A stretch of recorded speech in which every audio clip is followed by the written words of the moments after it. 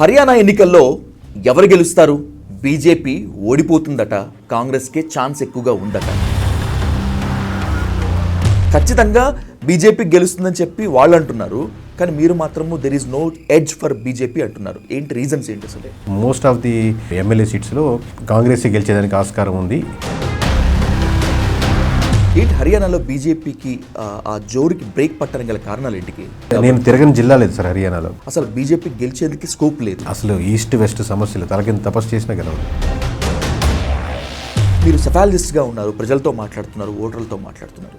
రాజకీయ నాయకుడి కామెంట్స్ ఒక సంవత్సరం తర్వాత వచ్చే ఎలక్షన్స్కైనా లేకపోతే ఓటర్ల మధ్య పైన ఏ విధంగా ప్రభావం చూపిస్తాయి? అసలు మా కొండా సురేఖ అడుగుతారు, అసలు ఏం అడుగుతారంటే అసలు ఆ పాయింట్ సమాధానం ఎవరు చెప్పలేదు. అలాంటి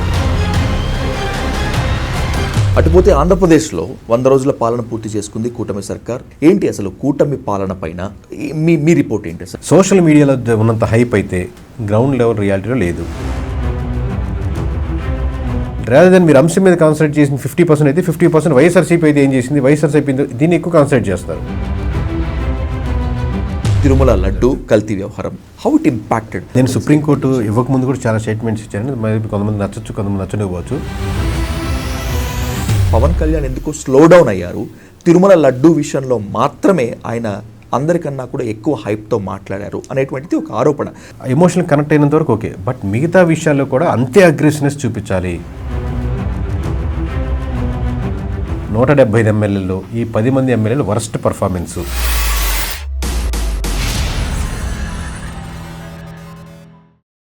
హర్యానా ఎన్నికల్లో ఎవరు గెలుస్తారు?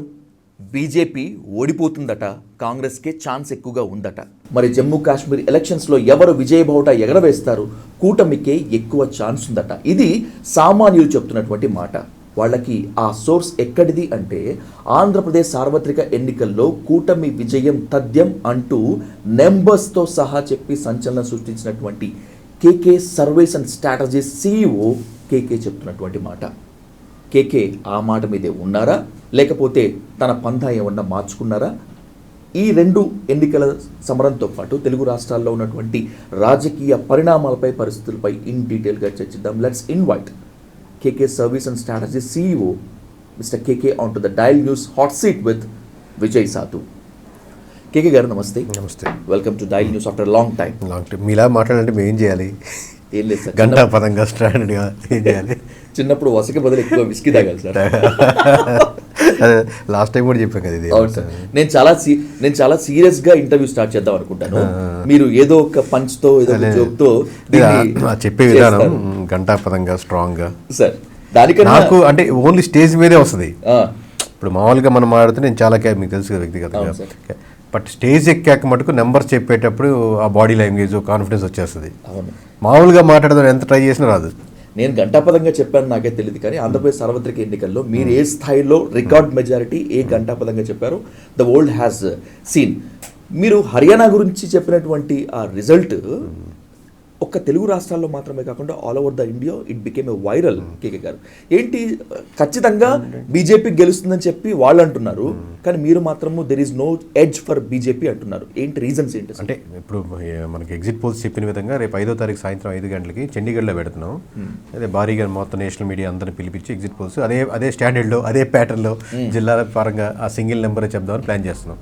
బట్ ప్రీపోల్లో ఢిల్లీలో పెట్టిన ప్రెస్ మీట్ ఎందుకు ఎక్కువ వైరల్ అవడం కారణం ఏంటంటే ఫస్ట్ టైం వాళ్ళు అప్పుడు దాకా కొంతమంది తెలిసినప్పటికి కూడా ఇలాగే చెప్దామా వద్దా, వెళ్తుందా లేదా అని అలా ఉన్నారు. మనం ఇంకా అటు ఇటు లేదు, సంబంధం లేదు, కాంగ్రెస్ ఖచ్చితంగా గెలుస్తుంది, అక్కడ బీజేపీ ఓడిపోతుంది. ఇదే కాదు, మీరు జమ్మూ కాశ్మీర్ కావచ్చు, హర్యానా కావచ్చు, మహారాష్ట్ర కావచ్చు, జార్ఖండ్ కావచ్చు, తర్వాత వచ్చే ఢిల్లీ కావచ్చు, వెస్ట్ బెంగాల్ కావచ్చు, తమిళనాడు కావచ్చు, ఇది ఎక్కడైనా సరే కాంగ్రెస్ వర్సెస్ బీజేపీ 1-1 ఫైట్లో మోస్ట్ ఆఫ్ ది కేసెస్లో ఎమ్మెల్యే సీట్స్లో ఇక్కడ కాంగ్రెస్ గెలిచేదానికి ఆస్కారం ఉంది. సో ఇదే అయితే మటుకు ఇది మునిగిపోయే పడవ లాంటిది, ఓవరాల్గా షింక్ అవుతుంది. ఇది మేము ముందు చెప్తున్నాం, మేబీ 1 or 2 years తర్వాత దేశవ్యాప్తంగా తెలుసుకుంటారు. ఇది స్టేట్మెంట్. ఇవి బాగా ఎక్కువ వైరల్ అయినాయి అక్కడ. ఏంటి హర్యానాలో బీజేపీకి ఆ జోరుకి బ్రేక్ పట్టడం గల కారణాలు ఏంటికి? అంటే చాలా కారణాలండి. చాలామంది ఏంటంటే ఇన్కంబెన్సీ అంటారు, అంటే వ్యతిరేక ఓటు పడుతుంది కదండి. మీకు అద్భుతంగా ఉందనుకోండి, 10 సంవత్సరాలు కదా, 15 సంవత్సరాలు, 20 సంవత్సరాలు కంటిన్యూ అవుతారు. లాస్ట్ టైం కాంగ్రెస్ చేసిన కూడా బీజేపీకి ఓట్లు వేస్తారు. అంతే కదా, నా జీవితంలో మార్పులు వచ్చాయంటే లాస్ట్ టైం నేను ఈ పార్టీకి వేసినా లేదన్నా నీ వల్ల నాకు ఇది జరిగిందని చెప్పి మళ్ళీ ఆ పార్టీకి మారుతారు. బట్ అక్కడ ఏమైందంటే అదొక 10 years నుంచి ఉన్నటువంటి అసంతృప్తి ఒకటి. అలాగే ఇక్కడ మనకు జాట్ కమ్యూనిటీ బాగా స్ట్రాంగ్గా ఉంటుంది కంపారిటివ్లీ వేరే కమ్యూనిటీస్తో పోలిస్తే. అంటే ఫైనాన్షియలీ స్ట్రాంగ్గా ఉంటారు, వోకల్గా స్ట్రాంగ్గా ఉంటారు. మీకు పైల్వాన్స్ వీటిలో కుస్తీ పోటీలు, మన సైడ్ కల్చర్ తక్కువ కానీ వాళ్ళు బాగా ఉంటారు. పథకాలు మీరు చెప్పినట్టు ఫోగట్టు ఇష్యూ కానీ, వాళ్ళ బ్రిడ్జ్ భూషణ్ మధ్య జరిగిన ఇష్యూ కానీ, అలాగే మనకు రైతులు జరిగిన ఉద్యమాల్లో బ్యాక్ ఎండ్ వాళ్ళే ఉంటారు అన్నమాట ఎక్కువ. హర్యానా వాళ్ళు సపోర్ట్ చేస్తారు ఎక్కువ. సో వీటన్నిటి మధ్య వ్యతిరేకత క్రోడీకరించి ఒకదాని మీద పడి మొత్తానికి అంత కొలాప్స్ దారుణంగా ఓడిపోబోతుంది బీజేపీ. రైతు ఉద్యమానికి సంబంధించి, రైతు చట్టాల అమలుకు సంబంధించి ఇప్పుడు ఎంపీగా ఉన్నటువంటి కంగనా రనౌత్ చేసినటువంటి కాంట్రవర్సీ కామెంట్స్ బీజేపీకి చాలా మైనస్. 100%. అప్పుడు కంగనా రనౌత్ చేసినటువంటి కామెంట్స్ని బీజేపీ కొన్ని చోట్ల సమర్థించినట్లు, కొన్ని చోట్ల ఖండించినట్లుగా ఉంది. అయినా కూడా బీజేపీకి అక్కడ పాజిటివ్ ఫలితం లేదా? అంటే ఒక స్టేట్మెంట్ పూర్తిగా మారిపోయే రాజకీయాలు ఇంకా మన దగ్గర పోయినాయండి చాలా వరకు. ఒక స్టేట్మెంట్తో పూర్తిగా మారిపోయేది. బట్ ఒక్కొక్క స్టేట్మెంట్ ఒక్కొక్క ఇష్యూ యాడ్ ఆన్ అవుతుంటే ఇప్పుడు కంగనా అన్నారు, అలాగే బ్రిడ్జ్ భూషణ్ గారు ఒక స్టేట్మెంట్ ఇచ్చారు మళ్ళీ దాన్ని రివైజ్ చేస్తూ. ఇవేంటంటే ఆల్రెడీ మూలిగా నక్క మీద తాటికే పడ్డట్టు అసలుకే ఇబ్బందిగా ఉంటే ఇంకా దాని మీద పడి ఇంకా ఓట్ బ్యాంకింగ్ చీలుతూ ఉంటుంది. హర్యానాలో మీరు చాలా కీన్గా నేను తిరగని జిల్లా లేదు సార్ హర్యానాలో. వ్యక్తిగత ఏముందో మన శాంప్లింగ్స్ విధానాలు, అక్కడ స్లీపర్ సెల్స్ పెట్టుకున్నాము, అక్కడ ఇన్ఫర్మేషన్ తెచ్చుకున్నాం, ఇక్కడ డేటా సైన్స్ మీరు చూస్తున్నట్టు ఇక్కడ వర్క్ చేస్తున్నారు, ఇన్ని చేస్తున్నా కానీ నాకు వ్యక్తిగత ఆరా తెలియాలి కదా. ఇప్పుడు మీతో మాట్లాడేటప్పుడు మీ గొంతు నాకు అర్థమవుతుంది, ఒక ఫీల్ వస్తుంది. సో నెంబర్స్తో పాటు నాకు ఆ ఫీల్ తెలియాలంటే ప్రతి జిల్లా టఫ్ ఫైట్లుగా ఉన్నాయి, ప్రతి నియోజకవర్గం ఎంచుకొని అక్కడ వాళ్ళతో స్పెండ్ చేసి అక్కడ వాళ్ళతో పడుకొని ఆ విధంగా ఆ ఫీల్ తెచ్చుకుంటే మనకు ఓకే మన నెంబర్స్ కరెక్టే. ఎందుకంటే ఫస్ట్ టైం వెళ్తున్నాం నార్త్ బెల్ట్కి ఇప్పుడు. ఎందుకంటే డేరింగ్గా ఉంటుంది. మహారాష్ట్ర అనుకున్నాం, మహారాష్ట్ర కాదు హర్యానా స్టార్ట్ చేద్దామని, ఎందుకంటే మహారాష్ట్ర పోస్ట్ పోన్ అయింది కదా అనుకున్నాం.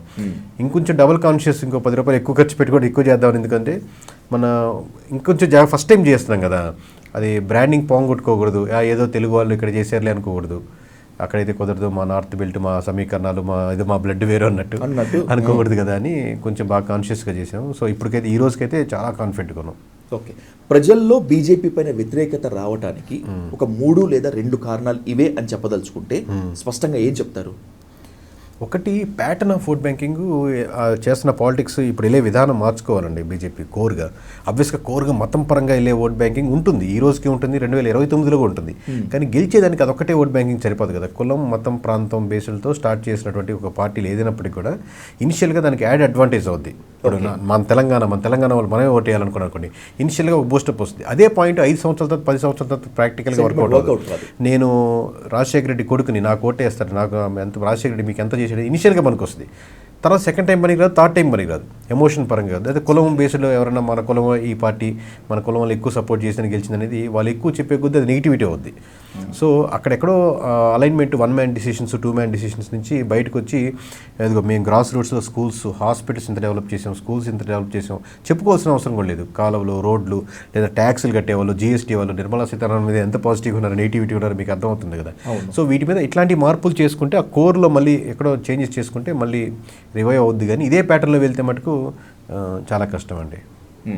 సో బీజేపీకి ఉన్నటువంటి ఓవర్ కాన్ఫిడెన్సే ఈరోజు హర్యానాలో కానీ, లేకపోతే మీరు చెప్తున్నట్లు ఇంకొంతమంది చెప్తున్నట్లు రాబోయేటువంటి ప్రతికూల ఫలితాలు. బీజేపీలో నిజంగా ఓవర్ కాన్ఫిడెన్స్ పెరిగిందా?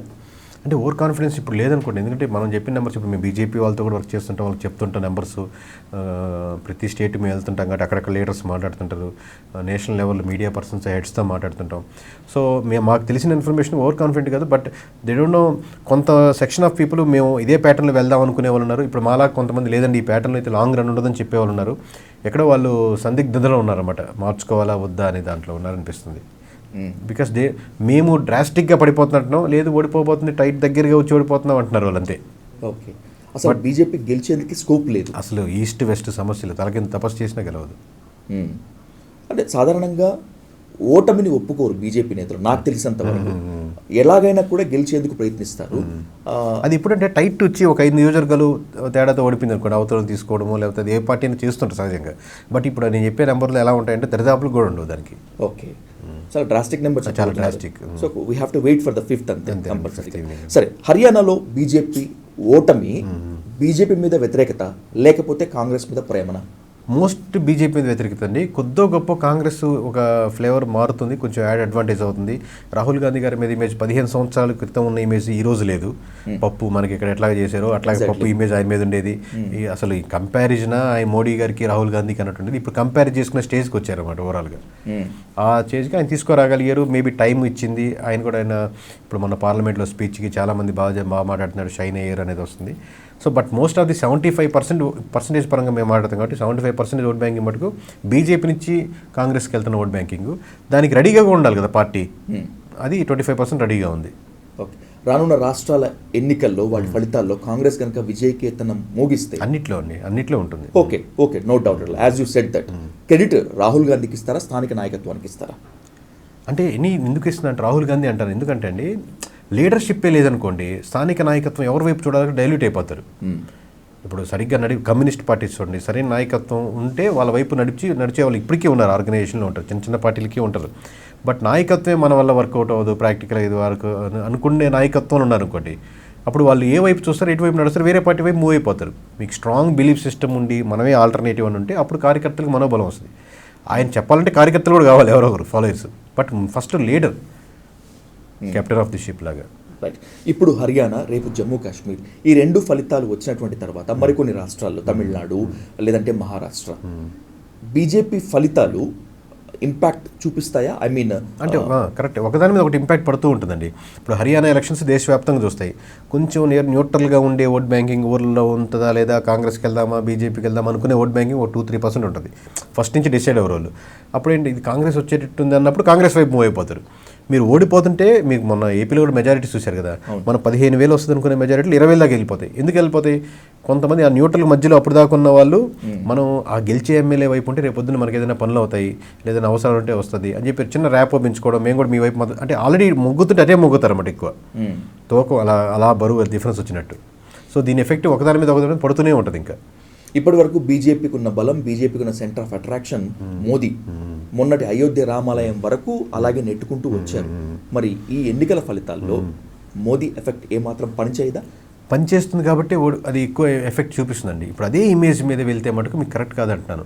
స్టిల్ మోడీ అభిమానులు మోడీనే ఇప్పుడు డెవలప్ చేశారు, మోడీ కరెక్టే అనుకునే ఉన్నారు.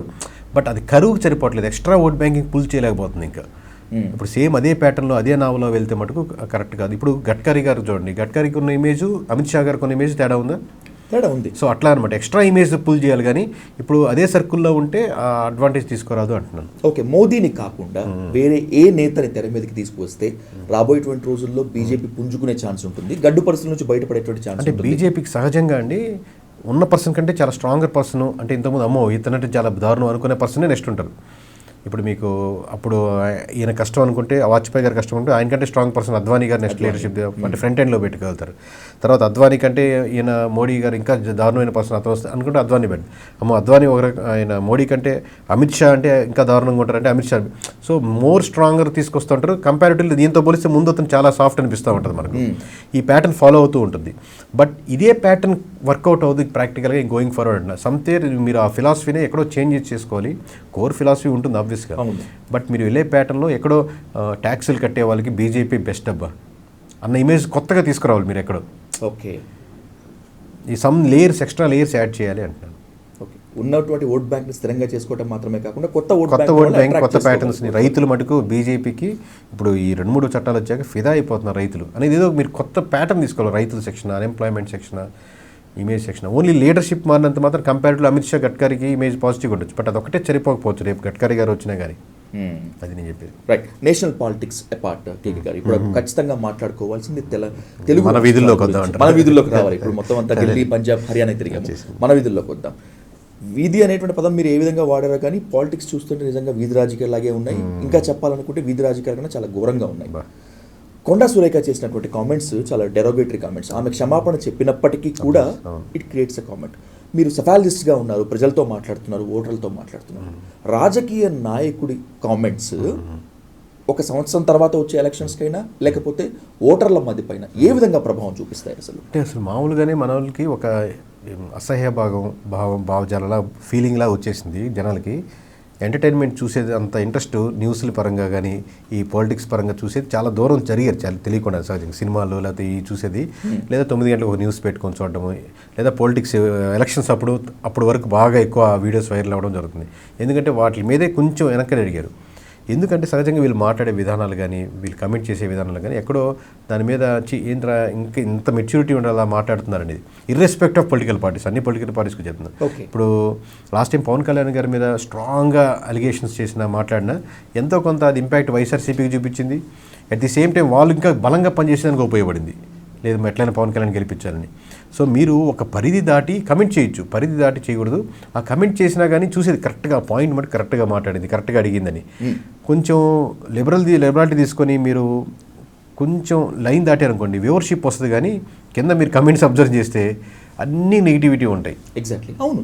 అది సో అది కరెక్ట్ కాదేమో మన ఉద్దేశం. మన బార్డరు మనం తెలుసుకొని దాని లిమిట్ దాటి అడగకూడదు. వ్యక్తిగత జీవితాలు మనకు ఎందుకు, వాళ్ళు ఎవరితో పెళ్లి చేస్తున్నారు, ఎందుకు పెళ్లి చేస్తున్నారు, ఎందుకు విడిపోయారు, ఎవరితో ఉన్నారు, అవన్నీ మనకు సందర్భం అనుకుంటారు మనకి అవన్నీ. ఇప్పుడు సాధారణంగా రాజకీయాల్లో ఒక నానుడి ఉంటుంది కేకే గారు, సెఫాలజిస్ట్గా మీకు కూడా తెలుసు. పాలిటిక్స్లో ఆరోపణ అయినా తిట్లైనా లేకపోతే ఇంకేమైనా కూడా నీటి మీద రాతలు లాంటివే ఈ రోజు రేపటికి ఉండదు, ఓటర్లు మాత్రం ఏం గుర్తుపెట్టుకుంటారులే అని చెప్పి అనుకుంటూ ఉంటారు. సరే, ఈ రోజు కొండా సురేఖ మాట్లాడవచ్చు, గతంలో పవన్ కళ్యాణ్ టార్గెట్ చేసి మిగతా వాళ్ళంతా కూడా మాట్లాడవచ్చు. ఉంటుందా ఇంపాక్ట్?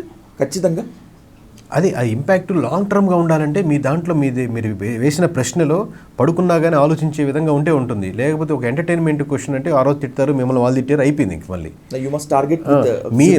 సిద్ధాంతపరంగా ఉండాలి. మీ నియోజకవర్గం కూడా మా కొండా సురేఖ అడుగుతారు, అసలు ఏం అడుగుతారంటే అసలు ఆ పాయింట్ సమాధానం ఎవరు చెప్పలేదు. అలాంటి క్వశ్చన్స్ అలాంటి మీ ఇమేజ్ బిల్డ్ చేస్తుంది. ఓన్లీ ఒకసారి మళ్ళీ మనం వైరల్లోకి వస్తాం కదా అని అడిగితే మటుకు అది లాంగ్ టర్మ్ రాదు అన్న ఉద్దేశం. మీ క్రెడిబిలిటీని పెంచదు. వైరల్ అవుతుంటే దాని ఉద్దేశం తగ్గుతుంది, వైరల్ తగ్గుతున్నారు మీరు. ఓకే, తెలంగాణలో మాదే అసలైన ప్రజాప్రభుత్వం అని రేవంత్ రెడ్డి నుంచి కాంగ్రెస్ కార్యకర్త వరకు అంటున్నారు. బీఆర్ఎస్ మాత్రం మొత్తం అంతా కూడా దానికి వ్యతిరేకంగా ఉంది. సరే, ప్రతిపక్షం ఏదో మాట్లాడుతుంది అనుకోవచ్చు. As a psephologist, what is your opinion on Congress ruling తెలంగాణలో? అంటే కాంగ్రెస్ది మటుకు చెప్పాలంటే మటుకు హైడ్రా తప్పితే దాని ముందు చేసిన ఏ పని కూడా జనాల డిస్కషన్ కానీ మామూలుగా ఒక ఇంపాక్ట్ చూపించిందని కానీ పాజిటివ్ కావచ్చు నెగిటివ్ కావచ్చు, అలాంటి డిస్కషనే లేదండి. ఓవరాల్ నంబర్స్ పరంగా చెప్తున్నాను. మాకు అలా జరుగుతుంది. ఉచిత బస్సు పథకం, మహిళలకు ఫ్రీ, ఇలాంటి పనిచేయలేదా? పెద్ద ఇంపాక్ట్ చూపించలేదు ఓవరాల్గా ఏదైతే కానీ. అంటే ఆల్రెడీ ఆ బస్సు స్కీము ఇనిషియల్ స్టేజెస్లో కనెక్ట్ అయ్యారు, బాగుందా లేదా బాగాలేదా వేస్ట్ అని ఇమీడియట్గా వచ్చింది కాబట్టి. బట్ ఆ ఉచిత బస్సు స్కీమ్ తర్వాత ఓన్లీ హైడ్రా ఒకటే జనాల్లో బాగా డిస్కషన్కి పాయింట్ ఆఫ్కి రైట్ కావచ్చు, రాంగ్ కావచ్చు, మధ్యతరగతిని ఎలా కొట్టేస్తున్నారు అనుకోవచ్చు, లేదా వాళ్ళు పెద్ద పెద్ద సంస్థలు చూస్తే కూల్చేయాలనుకోవచ్చు. ఇప్పుడు మనకు సహజంగా ఒక పీపుల్స్కి ఒక సైకలాజికల్ ఒక డిసార్డర్ ఏంటంటే పేదవాడు మాట్లాడుతున్నా, మధ్యమరత మాట్లాడుతున్నా కానీ అబ్బా చూసావా అని, ఎందుకంటే బికాజ్ మనం కనెక్ట్ అవుతాం. అదే కొంచెం డబ్బున్న వాళ్ళది ఏదైనా జరిగినా లేదా పెద్ద బిల్డింగ్ జరిగినా కానీ అది మటు కూల్చేయాలంటాం. రెండు చెరువు ఒడ్డులోనే ఉంటాయి. వాడు ఈఎంఐలు కోట్ల రూపాయలు, లక్ష రూపాయలు కట్టుకోవచ్చు ఉండేవాళ్ళు ఉంటారు, ఇతను మామూలుగా అన్యాయంగా ఆక్రమించిన వాళ్ళు ఉంటారు వీళ్ళలో కూడా, లేదా వీళ్ళలో కూడా ఉంటాయి.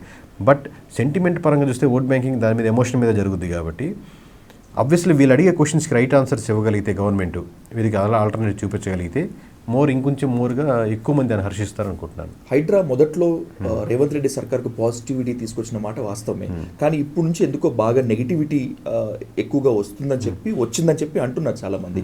మీరు కూడా అదే ఫీల్ అవుతారు? అంటే మేము ఓవరాల్ చేస్తున్నామండి. ఇది హర్యానా తర్వాత every numbers Andhra Pradesh Telangana separate press meet చెప్తాం.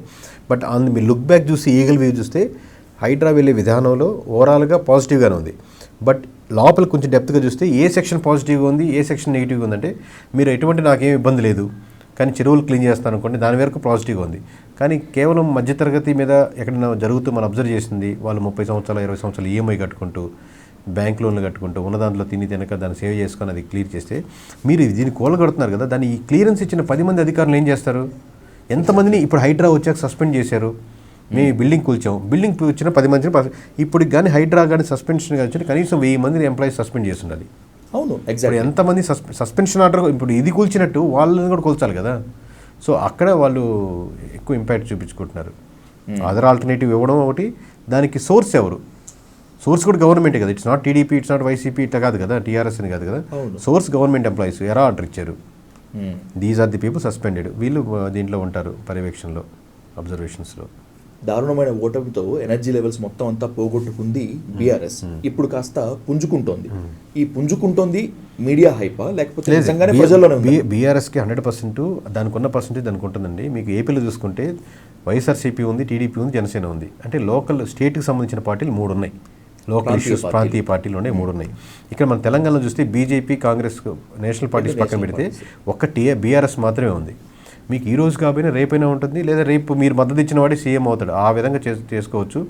అలాగే మీరు కేసీఆర్ నుంచి కేటీఆర్ ఎవరో నిర్ణయం తీసుకొని, హరీష్ రావు గారు ఇంకెవరు ముందుకు తీసుకొని దాని త్వరితగతిన ఆ క్లారిటీ ఉండాలి. గోయింగ్ ఫర్ 2029 మేమే కంటెస్ట్ చేస్తున్నాను నేను నా లీడర్షిప్లో అంటే ఇప్పటి నుంచి మొదలు పెట్టాలి. అప్పుడు కేసీఆర్ కుర్చీలో కూర్చొని నడవలేరు, వెళ్ళలేరు, కాబట్టి నేనే చేస్తానని కాదు కదా. మీరు క్లారిటీగా 4 years నుంచి ఇప్పటి నుంచే ప్లాన్ చేసుకోండి. ఓకే, రోడ్ మ్యాప్ అంటే క్లియర్ చేసుకోండి. ఆయన కేసీఆర్ గారు ఆధ్వర్యంలో జరుగుతుండొచ్చు. అదే పెద్ద ఆయన ఉంటారు, ఆయన మాట్లాడతారు పలానా లీడర్షిప్ ఇలా చేయండి. తర్వాత ఏమవుద్దంటే చిన్న చిన్న వాళ్ళు కొట్టేసుకొని ఇప్పుడు మనం అది తర్వాత లీడర్షిప్ సరిగ్గా ఉండదు. కేసీఆర్ గారు ఉన్నప్పుడే ఆయన ఆధ్వర్యంలోనే అది ప్రాపర్గా జరిగితే ఇంకా బాగా ముందుకెళ్తుంది. అటుపోతే ఆంధ్రప్రదేశ్లో 100 రోజుల పాలన పూర్తి చేసుకుంది కూటమి సర్కార్. ఇది మంచి ప్రభుత్వం, ఇదే మంచి ప్రభుత్వం అని చెప్పి వాళ్ళు వాట్సాప్ డీపీల నుంచి సోషల్ మీడియా వరకు మొత్తం కూడా హోరెత్తిస్తున్నారు. ఇక యాజ్ ఇట్ ఈస్గా వైసీపీ కూడా వాళ్ళని వ్యతిరేకిస్తుంది. ఏంటి అసలు కూటమి పాలన పైన మీ రిపోర్ట్ ఏంటి అసలు? అదే రిపోర్ట్ డీటెయిల్గా మనం హర్యానా ప్రెస్ మీట్ తర్వాత కూర్చుంది అందరం మాట్లాడతాను. బట్ నేను ఓవరాల్గా ఇచ్చిన స్టేట్మెంట్స్ 2 స్టేట్మెంట్ ఇచ్చింది, అదే వైరల్ అవుతుంది. బట్ నేను ఇచ్చిన స్టేట్మెంట్ ఏంటంటే సోషల్ మీడియాలో ఉన్నంత హైప్ అయితే గ్రౌండ్ లెవెల్ రియాలిటీలో లేదు. ఏదైతే చూపిస్తున్నారో అంత అయితే లేదు 100%. ప్రజలు ఇంకా కోరుకునేది ఆబ్వియస్గా ఇష్యూస్ చాలా ఉన్నాయి. ఇప్పుడే కదా 100 రోజులే కదా, అప్పుడే ఏం చెప్తారు కేక్, ఇంకా చాలా ఉంది కదా అంటే ఆబ్వియస్లీ 100 days కాదంటలేదు. బట్ ఎవ్రీ డిసిషన్, ఎవ్రీ సంతకం by CM or deputy CM or minister will impact thousands of people.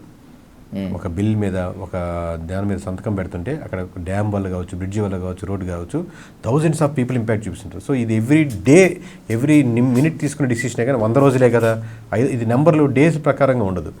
At the same time రెండవది ఏంటంటే మనం చెప్పింది, ఒక్కసారి మీరు ప్రెస్ మీట్ పెట్టి ఏదైనా మాట్లాడుతున్నారు, ఇష్యూస్ మీద అడ్రస్ చేస్తున్నారు, మీరు అంశం మీద కాన్సన్ట్రేట్ చేయండి. రాదర్ దెన్ మీరు అంశం మీద కాన్సన్ట్రేట్ చేసిన 50% అయితే 50% వైఎస్ఆర్సీపీ అయితే ఏం చేసింది, వైఎస్ఆర్సీపీ దీన్ని ఎక్కువ కాన్సన్ట్రేట్ చేస్తారు. ఓకే, మీరు వాళ్ళు ఏమైనా అలిగేషన్ చేశారనుకోండి, ఖచ్చితంగా దానికి సమాధానం చెప్పాలి. అంతవరకే చెప్పండి. మీరు సమాధానం చెప్పడమే మెయిన్ పాయింట్గా పెట్టుకున్నారు అనుకోండి, ప్రతిరోజు ఇదే పని అయిపోతుంది. మీరు ఇష్యూస్ మీద కాన్సన్ట్రేట్ చేయండి. బికాస్ వాళ్ళు వద్దనుకొని 60% మంది మీకు ఓట్లు వేశారు, మిమ్మల్ని గెలిపించారు. మీకు 160 పైన సీట్లు ఇచ్చారు 175లో. సో 164 ఇచ్చినప్పుడు మీరు అసలు వైపు చూడొద్దు. మీరు వర్క్ పైనే కాన్సన్ట్రేట్ చేయండి. మీరు మీ ఇంటర్వ్యూ అంతే, మీరు అంటే నేను వాళ్ళు మంచి విమర్శ చేశారు, దీనికి సమాధానం వెంటనే చెప్పండి. అలాంటివి చెప్పండి. 10% కాన్సన్ట్రేట్ చేయండి, 90% మీ మీదే కాన్సన్ట్రేట్ చేయండి. 50-50 డివైడ్ చేయొద్దు. వాళ్ళు వైఎస్ఆర్సీపీ వాళ్ళు సోషల్ మీడియాలో హైప్ ఎంత ఇచ్చుకుంటున్నారో తెలియదు, కానీ మీరు ఇచ్చే హైప్ ఎక్కువ ఉంటుంది. ఓకే, సో దట్ మీకు హ్యాష్ ట్యాగ్ తెలుసు కదా, ఏదైతే ఎక్కువ మాట్లాడతారో అదే హ్యాష్ ట్యాగ్, ఆ వీడియోస్ ఇంకొక ఎక్కువ వైరల్ వస్తూ ఉంటాయి. తెలంగాణలో హైడ్రా అయితే ఎలా సంచలనం సృష్టించిందో, ఈ 100 రోజులలో ఏపీలో సంచలనం సృష్టించినటువంటి 2 అంశాలు. ఒకటి విషాదము, బుడమేరు విజయవాడ వరదలు. రెండవది తిరుమల లడ్డు కల్తీ వ్యవహారం. హౌ ఇట్ ఇంపాక్టెడ్ అంటే చంద్రబాబు నాయుడు తప్పు చేశారు అని చెప్పి ఒక వర్గం అంటోంది, మేము తప్పు చేస్తే చూపించని చెప్పి వైసీపీ అంటోంది. రెండింటిని చేస్తూ సుప్రీంకోర్టు ఒక రకమైన, నేను సుప్రీంకోర్టు ఇవ్వకముందు కూడా చాలా స్టేట్మెంట్స్ ఇచ్చాను. మరి కొంతమంది నచ్చచ్చు, కొంతమంది నచ్చకపోవచ్చు. నేను అప్పుడు కూడా చెప్పింది ఇదే అంశం సార్. బట్ సుప్రీంకోర్టు ఇంకొంచెం టెక్నికాలిటీగా అడుగుండొచ్చు. మీరు ఇష్యూ మీద కాన్సన్ట్రేట్ చేయండి. దీన్ని ప్లస్ దీన్ని డైవర్ట్ చేసి పొలిటికల్గా చేయొచ్చు. అది వైఎస్ఆర్సీపీ కావచ్చు, టీడీపీ, జనసేన కావచ్చు, ఎవరైనా కానీ దీన్ని బీజేపీ కావచ్చు, దీన్ని పొలిటికలైజ్ చేయొద్దు. ఇది ఒక్క అంశం కొంచెం పక్కన పెట్టండి. ఎందుకంటే దీని యొక్క మనోభావాలు మొత్తం ప్రపంచవ్యాప్తంగా ఉన్నాయి, కనెక్ట్ అయినా చూస్తున్నారు. మీరు దాని జోలికి దాని ఒక్కటే కొంచెం పక్కన పెట్టి యాడ్ చేయండి. అట్లీస్ట్ లోపల టీటీడీలో నియామకాలు, మీరు ఏదో రాజకీయాలన్నీ చేసుకుంటారు కదా, బట్ దీన్ని పొలిటికల్ దాన్ని చేయొద్దు అని నా పర్సనల్ రిక్వెస్ట్ అన్ని పార్టీలకి. ఎందుకంటే ఈరోజు పార్టీలు ఉంటాయి, రేపు పోతూ ఉంటాయి. బట్ అది ఎప్పటి నుంచో 100,000 సంవత్సరాల నుంచి మనం ఫీల్ అవుతూ నమ్ముతుంది కదా. దాంట్లో టెక్నికల్స్ ఉంటే కరెక్షన్ చేయండి, ఇష్యూ మీద మాట్లాడండి, ఇష్యూని రెక్టిఫై చేయండి. దీన్ని పొలిటికల్గా చేసి లబ్ధి పొందాం అనుకుని ఎవరనుకున్నా కానీ అది వాళ్ళనుకున్నా వీళ్ళనుకున్నా ఎవరనుకున్నా కానీ అది లాంగ్ టర్మ్గా ఉండదు నా ఉద్దేశం. అందుకే దాన్ని పక్కన పెట్టి ఇష్యూ వరకు సాల్వ్ చేద్దామని. సేమ్ థింగ్ తర్వాత ఒక 1 week తర్వాత సుప్రీంకోర్టు ఆల్సో మీరు దాని మీద టెక్నికల్గా క్వశ్చన్స్ అడిగింది. ఎగ్జాక్ట్లీ, అవును. దేశంలో ఉండేటువంటి మిగతా రాష్ట్రాల రాజకీయాలు మొత్తం ఒక ఎత్తు, తెలుగు రాష్ట్ర రాజకీయాలు మాత్రం ఒక ఎత్తు. చైతన్యవంతంగా కావచ్చు, ఆలోచనవంతంగా కావచ్చు. కానీ ఎందుకో కొన్ని సంవత్సరాల బట్టి పాస్ట్ 5 years నుంచి ఏపీలో కూడా కులం బలంగా నిలిచింది, and by the same way ఇప్పుడు మతం కూడా చొచ్చుకు వస్తుంది. అవును. ఏపీ మాత్రమే కాకుండా 2 తెలుగు రాష్ట్రాలని బేస్ చేసుకుంటే కేకే గారు, caste and religion politics Telugu people accept చేస్తారా? ఒకవేళ యాక్సెప్ట్ చేసినా దానికి మున్ముందు మంచి ఫ్యూచర్ ఉంటుందా? మున్ముందు ఉండదండి. ఇనిషియల్గా మీకు ఉపయోగపడుతుంది. అరే నేను కమ్మోడు కోటేయాలి, నేను కాపుడికి, అదే మన హిందువులంతా హిందువులు కోటేయాలి, లేదా రెడ్డి కోటేయాలి, లేదా మనం అంతా దీనికి ఉండాలి, అంబేద్కర్. ఇవన్నీ ఇనిషియల్గా ఒక కాన్సెప్ట్ వరకు పార్టీ లైమ్ లైట్లు తెచ్చేదానికి, రీచ్ తెచ్చేదానికి, వాళ్ళ ఫాలోవర్స్ చూసే వరకు ఉపయోగపడతాయి. కానీ దాన్ని బేస్ చేసుకొని మీరు రాజకీయాలు చేసి లాంగ్ టర్మ్గా ఉండాలంటే అది ఏ పార్టీ అయినా కానీ లాంగ్ టర్మ్గా దాని మీద నిలబడలేవండి. మీరు డెవలప్మెంట్ మీద, స్కూల్స్ మీద, హాస్పిటల్స్ మీద, మున్సిపాలిటీస్ మీద, అడ్మినిస్ట్రేషన్ మీద, కోర్ట్స్ మీద, హాస్పిటల్స్ మీద, నేను ఏమైనా కోర్టుకి వెళ్తే తొందరగా కేసు సాల్వ్ అయిపోతుంది, అలా పోలీస్ స్టేషన్కి వెళ్తే అంతకి ఎంత హోమ్లీగా ఉందో, ఎస్ఐ గారు కూర్చొని ఎంత బాగా నా కేసు వినపడుతున్నారు, అతను కూడా పిలిచి త్వరితగా సాల్వ్ చేశారు. అసలు కోర్టుకి వెళ్తే ఇన్ని సంవత్సరాలు పడుతుందమ్మా, ఇక్కడ వెంటనే సాల్వ్ చేస్తారు, ఇష్యూస్ని వెంటనే తెచ్చి కల్పిని అరెస్ట్ చేశారు. అసలు అర్ధరాత్రి కూడా మనం హ్యాపీగా తిరగలుగుతున్నాం. సెక్యూరిటీ ఎంత బాగుంది, ప్రతి దగ్గర సీసీటీవీ కెమెరాలు పెట్టారు, అండర్ గ్రౌండ్ డ్రైనేజ్ చేశారు. అసలు ఎంత బాగుందో, అసలుకి పవర్ కట్స్ లేవు, అసలుకి వాటర్ ఎంత ప్యూర్ వాటర్గా ప్రతి ఒక్క ఇంటికి వస్తున్నాయో. వీటి మీద కాన్సన్ట్రేట్ చేస్తే మీకు లాంగ్ రన్ ఉంటుంది. ఎగ్జాక్ట్లీ. అంటే ఎంత సొల్లు చెప్పినా, ఎన్ని అలిగేషన్ చేసినా కూడా ప్రజలకు తామేం చేశారో తాము గుర్తుపెట్టుకుంటారు. సొల్లు కాదు, సొల్యూషన్స్ కావాలి. మీ పంచలు మాత్రం వదలలేదు. Right, let's conclude with 2 important questions KK గారు. ఈ కామెంట్ టీడీపీ వాళ్ళకి కాస్త ఇబ్బందికరంగా ఉంటుందేమో, కానీ నేను గ్రౌండ్ లెవెల్లో ఉన్నవాడిగా, గ్రౌండ్లో చూసినవాడిగా చెప్తున్నాను. ఒక దశలో చంద్రబాబు గారిని నమ్మకపోయినా కూడా పవన్ కళ్యాణ్ గారిని చూసి ఈయన ప్రత్యామ్నాయము, ఈయన ఏదో బాగా చేస్తారని చెప్పి కూటమికి ఓట్లేసిన మాట వాస్తవం. కానీ అధికారంలోకి వచ్చినటువంటి తర్వాత పవన్ కళ్యాణ్ ఎందుకో స్లో డౌన్ అయ్యారు. తిరుమల లడ్డూ విషయంలో మాత్రమే ఆయన అందరికన్నా కూడా ఎక్కువ హైప్తో మాట్లాడారు అనేటువంటిది ఒక ఆరోపణ. సరే, ఆరోపణలు విమర్శలు ఒక ఎత్తు. What is your comment on Pavan Kalyan పనితీరు పైన? ఏ విధంగా అంటే ఒక్కొక్కరు ఒక్కొక్క అంశాల మీద ఎమోషనల్ కనెక్ట్ అవుతారండి. లెట్స్ సే పొలిటికల్ పక్కన పెడదాం, ఒక్కొక్క ఎమోషనల్ కనెక్ట్ అయినంత వరకు ఓకే, బట్ మిగతా విషయాల్లో కూడా అంతే అగ్రెసివ్నెస్ చూపించాలి. అప్పుడు వేరే వాళ్ళు కూడా ఇంపాక్ట్ చూపిస్తారు. ఇప్పుడు ఈ అంశంలో అగ్రెసివ్ చూపించినప్పుడు అదే మనోభావాలు, అదే భావజాలం, అదే ప్యాటర్న్లో ఉన్న ఓట్ బ్యాంకింగ్ అని ఆ థాట్ ప్రాసెస్లో భలే మాట్లాడారండి పవన్ కళ్యాణ్ గారు, ఏం అడిగారండి అదే అని చెప్పి. బట్ వేరే అంశాలు ఉంటాయి కదా, అన్ఎంప్లాయ్మెంట్ మీద, లేకపోతే ఇష్యూస్ మీద, డ్రైనేజ్ మీద, వాటర్ సప్లై మీద, బోర్డర్ మీద ఇష్యూస్ మీద కూడా మీరు అదే అగ్రెసివ్గా మీరు మాట్లాడుతుంటే మిగతా సెక్షన్ కూడా మిమ్మల్ని హర్షిస్తారు. లేదంటే ఓన్లీ ఆ సెక్షన్కి ఇరుక్కుపోయారనుకోండి, అది బయటికి రావడం చాలా కష్టం అయిపోద్ది.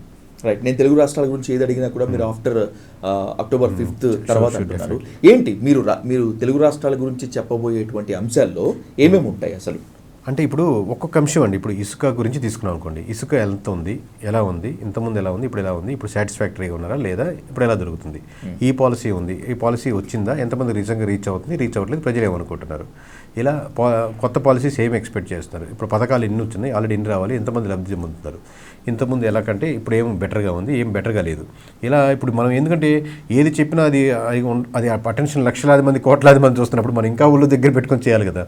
సో ఆ ప్రెస్ మీట్ అయితే నెంబర్స్ని బట్టి చాలా క్లారిటీగా మనం ఇప్పుడు ఏమవుతుందంటే అండి, ప్రతి ఒక్క పార్టీకి ఒక సోషల్ మీడియా, ఒక పత్రికలు అన్నీ వచ్చేసాయి.